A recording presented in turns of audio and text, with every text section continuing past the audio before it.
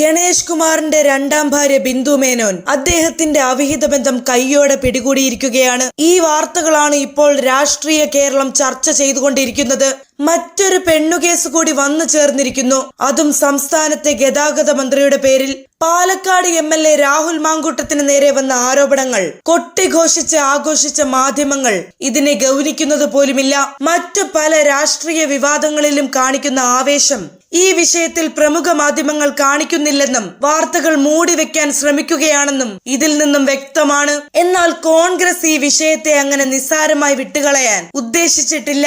അത്രയ്ക്ക് ഗൗരവമുള്ള കാര്യം തന്നെയാണിത്. മന്ത്രിസ്ഥാനത്തിരുന്നു കൊണ്ട് തോന്നിയ പടി എന്തും ചെയ്തു കൂട്ടാമെന്ന് കരുതിയാൽ അത് നടപ്പാകില്ല എന്നാണ് കേരള ജനതയ്ക്കും പറയാനുള്ളത്.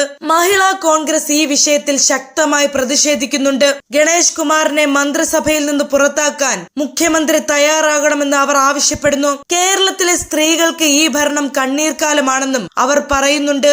കഴിഞ്ഞ ശനിയാഴ്ചയാണ് വിവാദങ്ങൾക്കിടെയായ സംഭവം നടന്ന സംഭവമാണെങ്കിലും ബിന്ദു മേനോൻ തന്നെ നേരിട്ട് രംഗത്തെത്തിയപ്പോഴാണ് ഇത് വലിയ രീതിയിലുള്ള വാർത്തയായി മാറിയത്. ഭർത്താവിനെ കുറിച്ച് ആർക്കും ചിന്തിക്കാൻ പോലും പറ്റാത്ത അത്ര മോശമായ ഒരു സാഹചര്യം നേരിട്ട് കണ്ടതായും അതിന്റെ ദൃശ്യങ്ങൾ തന്റെ പക്കലുണ്ടെന്നുമാണ് മന്ത്രി KB ഗണേഷ് കുമാറിനെതിരെ ഭാര്യ ബിന്ദു മേനോൻ ആരോപിക്കുന്നത്. മന്ത്രി ആയതുകൊണ്ട് തന്നെ ഇത്തരം കാര്യങ്ങൾ പുറത്തു പറയാതെ 2 ദിവസം താൻ മിണ്ടാതിരുന്നുവെന്നും എന്നാൽ തനിക്ക് വട്ടാണെന്ന് അദ്ദേഹം പ്രചരിപ്പിച്ചതോടെയാണ് പ്രതികരിക്കാൻ തീരുമാനിച്ചതെന്നും ബിന്ദു മേനോൻ വ്യക്തമാക്കി. സ്വന്തം ഭാര്യയെ വഞ്ചിക്കുകയും അത് വെളിവായപ്പോൾ ഭ്രാന്താണെന്ന് ആക്ഷേപിക്കുകയും ചെയ്യുന്ന ആ പത്തനാപുരത്തിന്റെ നായകൻ സ്വന്തം ജീവിതത്തിലെ വില്ലനാണെന്നാണ് ഇതിലൂടെ വ്യക്തമാക്കുന്നത്. എന്നാൽ ഇത്തരം കേസുകൾ ധാരാളം വ്യക്തി ജീവിതത്തിലുള്ള ആളായതുകൊണ്ടാകാം ഗണേശൻ ഇതൊക്കെ നിസ്സാരമാണ് എന്ന ഭാവമാണ്. തനിക്കെതിരെ ഉയർന്ന ആരോപണങ്ങളെയും പ്രണയത്തെക്കുറിച്ചുള്ള ചർച്ചകളെയും കുറിച്ച് മന്ത്രി ഗണേഷ് കുമാർ സംസാരിക്കുന്നത് ഇങ്ങനെയാണ്. പ്രണയമെന്നത് മാധവിക്കുട്ടിക്കും പുനത്തിൽ കുഞ്ഞബ്ദുള്ളയ്ക്കുമൊക്കെ ഉണ്ടായിരുന്ന ഒന്നാണെന്നും തനിക്ക് ഒന്നല്ല 5000 പ്രണയങ്ങൾ ഉണ്ടെന്നും അദ്ദേഹം പരിഹാസ രൂപേണ പറഞ്ഞാണ് വിവാദത്തെ നേരിട്ടത്.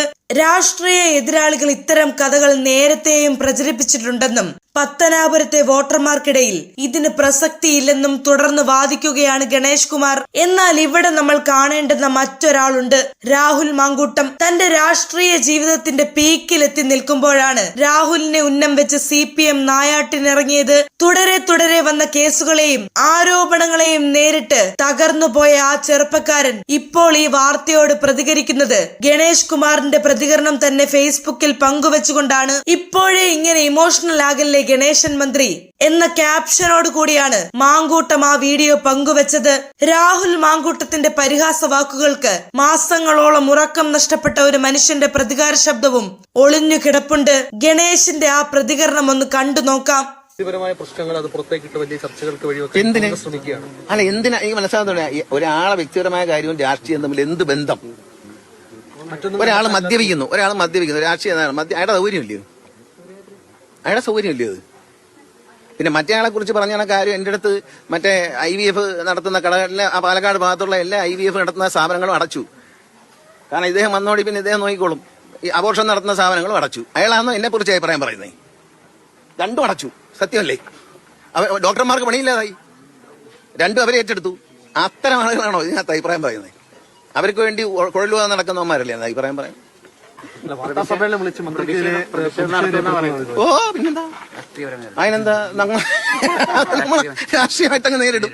വേറെ കാര്യം എന്ത്?